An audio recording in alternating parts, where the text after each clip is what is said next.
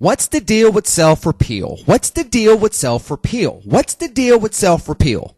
What's self-repeal? It's the latest craze in Obama land, and we'll talk about that next on Get Right with Lenny McAllister, starting right now. Get Right with Lenny McAllister. We will keep this promise to the American people. If you like your doctor, you will be able to keep your doctor, period. If you like your health care plan, you will be able to keep your health care plan, period. The way we help bring back America and we build the bridges and bring people together is by making sure we hold everybody accountable in a 360 fashion. So let me close with this. Yes, there is a change that we can believe in, but it will never come from a politician or a government program.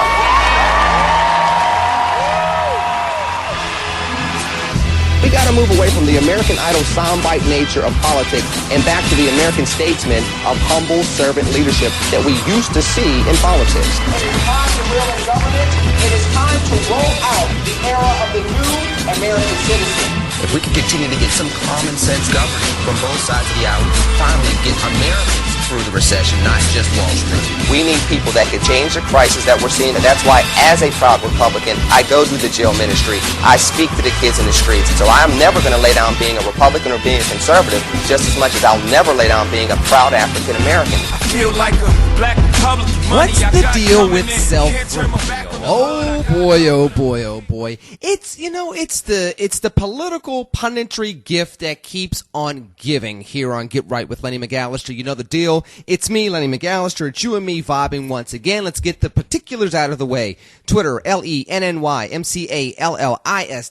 Facebook, two walls, same name. Love talking to you, whether it's via text, via tweet, via email, or other modes of social media, electronic communication. Always enjoy vibing back and forth with you on the issues of the day. Now, to what I have so adequately deemed the self-repeal of Obamacare. And by the way, the bottom line is this, folks.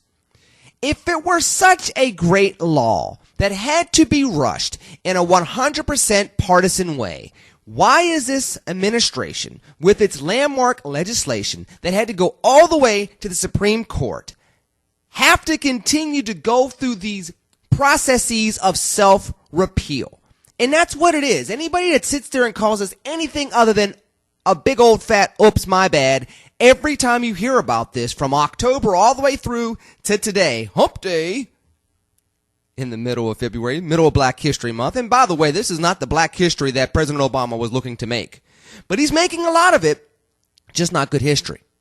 Just not good history. And it would be better if this law were history. Why? Because of the self-repeal. What am I talking about? The latest coming out from the Obama administration, where now another part of the Affordable Care Act that's not really affordable for a whole lot of Americans, and is even less for those that completely lose their health care plans.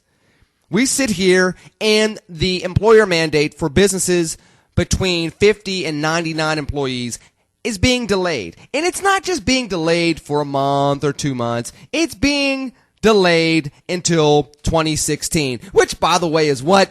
Absolutely a presidential election where the Democrats are saying, President Obama, please don't slam us with this. Do something about this. Now, there's several things that should worry you about this. Number one, these ongoing steps of self-repeal, they're being put into place to save Democrats that voted this into law. They are the ones that made all these negotiations. They are the ones that put all these different parameters into place to get this through in 2010. Are you telling me that supposedly, allegedly, the best and brightest that our nation has to offer that's in the public sector, representing millions of people, go through all these back and forth maneuvers to negotiate this law, and this is what we're going to get? It's so bad, it works so poorly in many, many regards that you have to go through multiple steps of self-repeal by the administration to politically save some of these very people that put it into law in the first place? Isn't that odd to you? Doesn't that strike you as just completely weird, not right, not cool, makes you uneasy, makes you wonder where we're going politically as a nation? When the best and brightest that we have in Congress, from a Democratic Party perspective, negotiate amongst themselves, push Republicans out of the process, pass this in a 100% partisan fashion, do this out of regular order, do this with reconciliation and other things that they had to put into place to get this passed through the Senate in 2010, after it was passed in the House of Representatives, after an executive order was given to a group of congressmen, Democratic congressmen, to get their votes. All these back and forth maneuverings had to transpire to get this law in 2010. Then it had to go to the Supreme Court. And that took 2 years before you got a ruling that it's not really healthcare reform law, it's actually a tax. And because it's a tax, it's actually legal. Because if it were actual law forcing people to mandate that you buy a product for the first time in American history from the government to its people, in a way that's supposed to be representative of the people, not dictating to the people, that it would be illegal. But because it's a tax, it's legal. By a split 5-4 vote that went along party lines, sans one vote.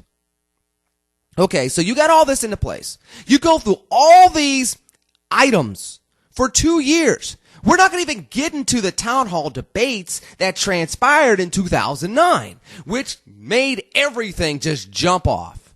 That's where the Tea Party lost their mind, gained a whole lot of control. That's where you got your Chris Christie beating John Corzine in a blue state. That's where you got McConnell, Bob McConnell, the former governor of Virginia, winning that state by double digits. Both of them happened in 2009 after the summer of Tea Party revolt concerning the proposed health care reform, which had to go through that and a whole bunch of negotiations.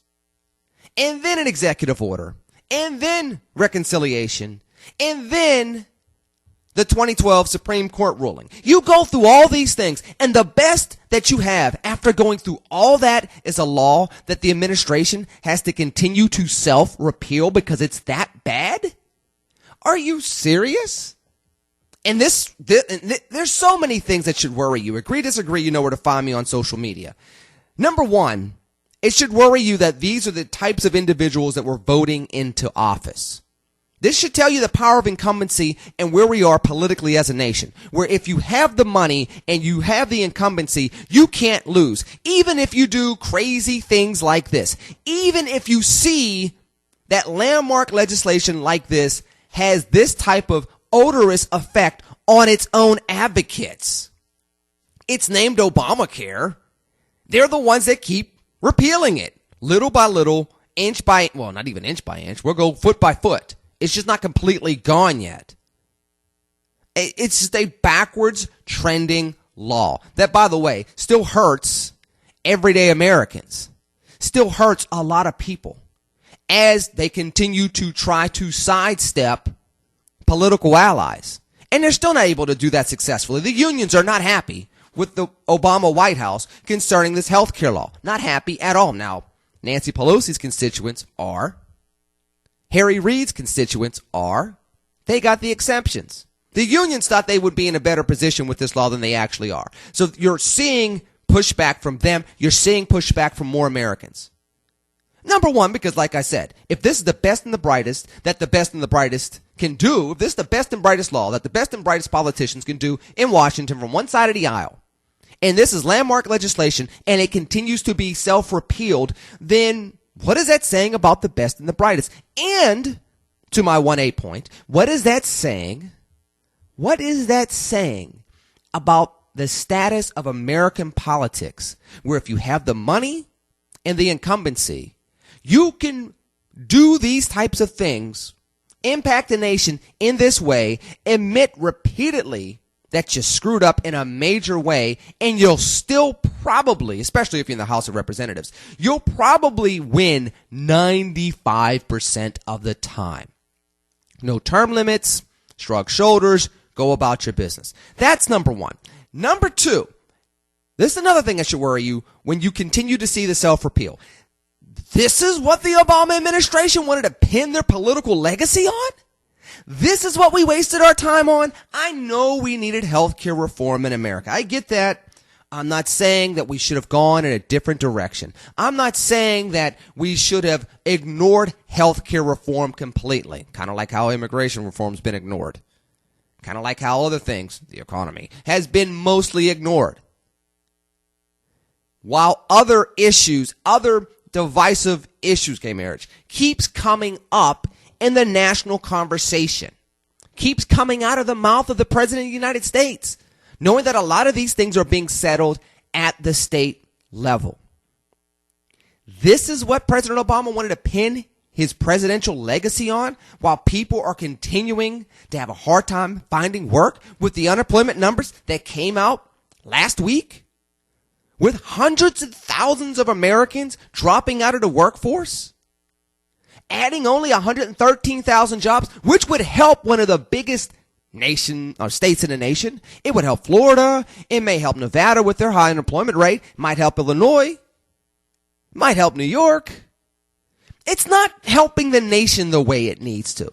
But let's not even get into the job numbers. Let's just get into this. This is what they pinned their hopes on. This is what they spent all that political capital on. It's kind of like, and for the parents out there that have teenagers or slightly older kids, you give your kids some money.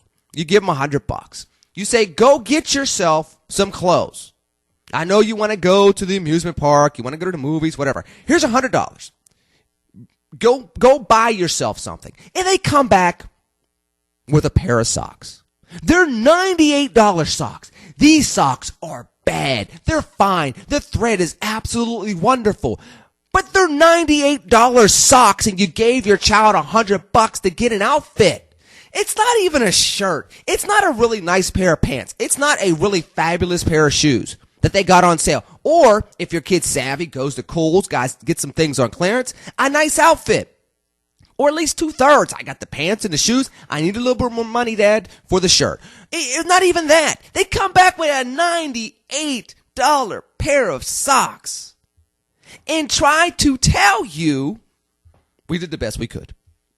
The reason why we have a $98 pair of socks and not a $100 pair of socks is because the cashier that was dealing with me wanted identification when I used your credit card.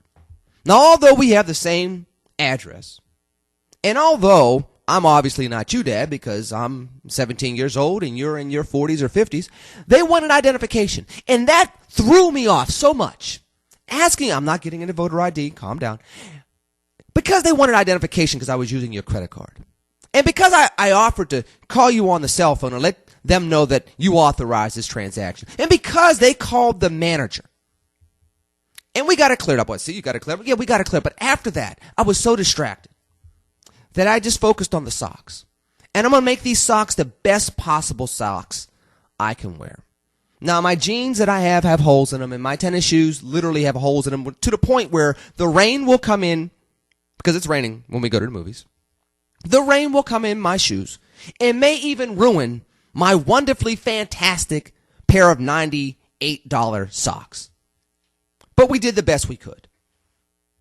Why am I going through this analogy? Because you're not going to sit there and tell me that the first African-American president that comes into office with this huge amount of global political capital, not just partisan political capital, not just national political capital, global political capital. Now, if you're sitting there saying I'm exaggerating this because I'm a Republican and I'm President Obama's evil twin Republican cousin, formerly from the south side of Chicago on the opposite side of the street in Hyde Park, you could say that, but I want you to listen to the facts, okay? Go back to November 2008. Go back to what other countries said about the switch from George W. Bush to Barack H. Obama. Everybody had hope. There was a huge amount of political capital that could have been spent internationally to get the global economy back on track, to put better trade agreements into place for American workers, to bring down the level of tension around the world. What this historically situated politician turned president, which, by the way, again, 4 years prior, the dude was a state senator giving a speech. And that's how everybody found out who he was. A state senator giving a speech who was blowing away a Republican field where the front runner who was beating him in that U.S. Senate race dropped out because of a controversy. He goes from that to becoming the president of the United States. You take that soap opera, fairy tale, rags to riches story with all the political capital that came with it internationally, and you go squander it on a healthcare law that you have to continue to repeal on your own in order to save your hide? If that doesn't worry the American people, between the status of politics and the status of what a uniquely positioned politician did with political capital, as many Americans, millions of Americans, still suffer in this economy, still suffer with issues of health care, still suffer when it comes to accessibility for their doctors, or accessibility to plans that worked for them for years. If this is the best that we got from somebody that was able to come in and basically had the keys to the kingdom in a way that no other president has had. I mean, you got to really go back to Camelot maybe with JFK. I mean, they weren't this happy about Bill Clinton in 1993. They weren't this happy about Ronald Reagan in 1981. They just weren't.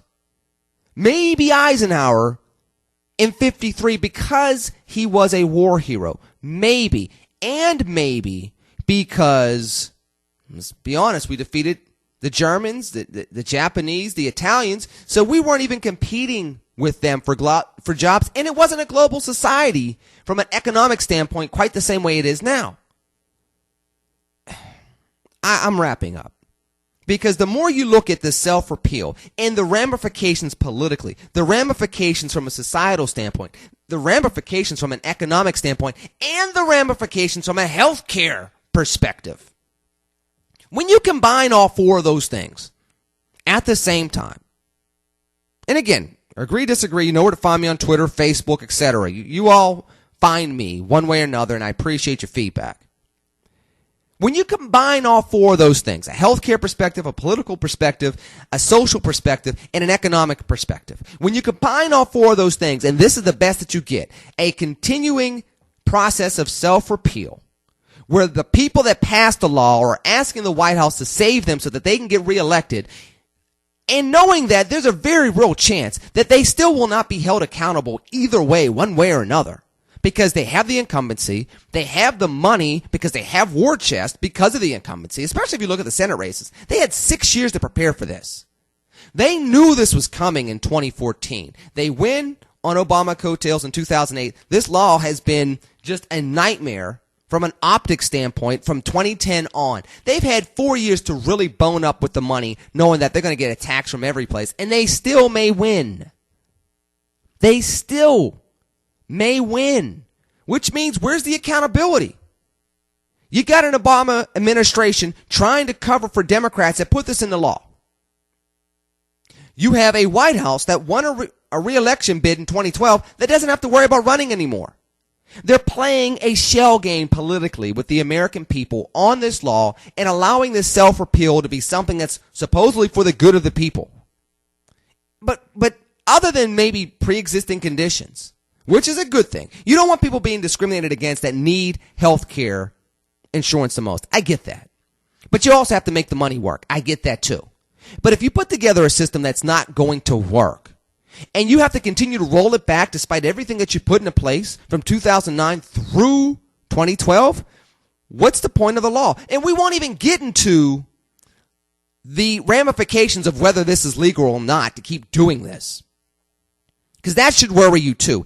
Anytime an administration fights like crazy to get a law into place and is begging, pleading, praying, etc., that it's not struck down by the Supreme Court in an election year, which, by the way, I really believe that the Supreme Court didn't want to strike it down because they did not want to have an impact on the presidential election, which either way they were going to have an impact on it. If they wanted to not have an impact on it, they should have kicked it or punted it, if they like they like to say. Should have punted it to 2013. They were going to impact the 2012 election if they ruled on it. That said, you do all this, and then your response to it is skirting the law on your own? Do you know the ramifications of the ongoing self-repeal from all these different perspectives? If you think about it, it should worry you. If you think about it, it should bother you. And it should, as I wrap up, it should prompt you to act. What's your take on this? You know where to find me on Twitter, LennyMcAllister, on Facebook, Two Walls, same name, Lenny McAllister, you and me vibing back and forth. I appreciate very, very much the conversation, the feedback, the dialogue, and your support. In the meanwhile, you enjoy the rest of your Tuesday. We'll get to hump day if you will. I'm getting ahead of it because I have PCNC to do on Friday. So I get really worked up for that, and I make the week go faster than it is. So let's get through Tuesday first. Then we'll get to hump day. Then we'll go from there. In the meanwhile, you enjoy the rest of your day. I'll talk to you soon. Have a wonderful, wonderful day. TCNGB. Take care and God bless. Peace.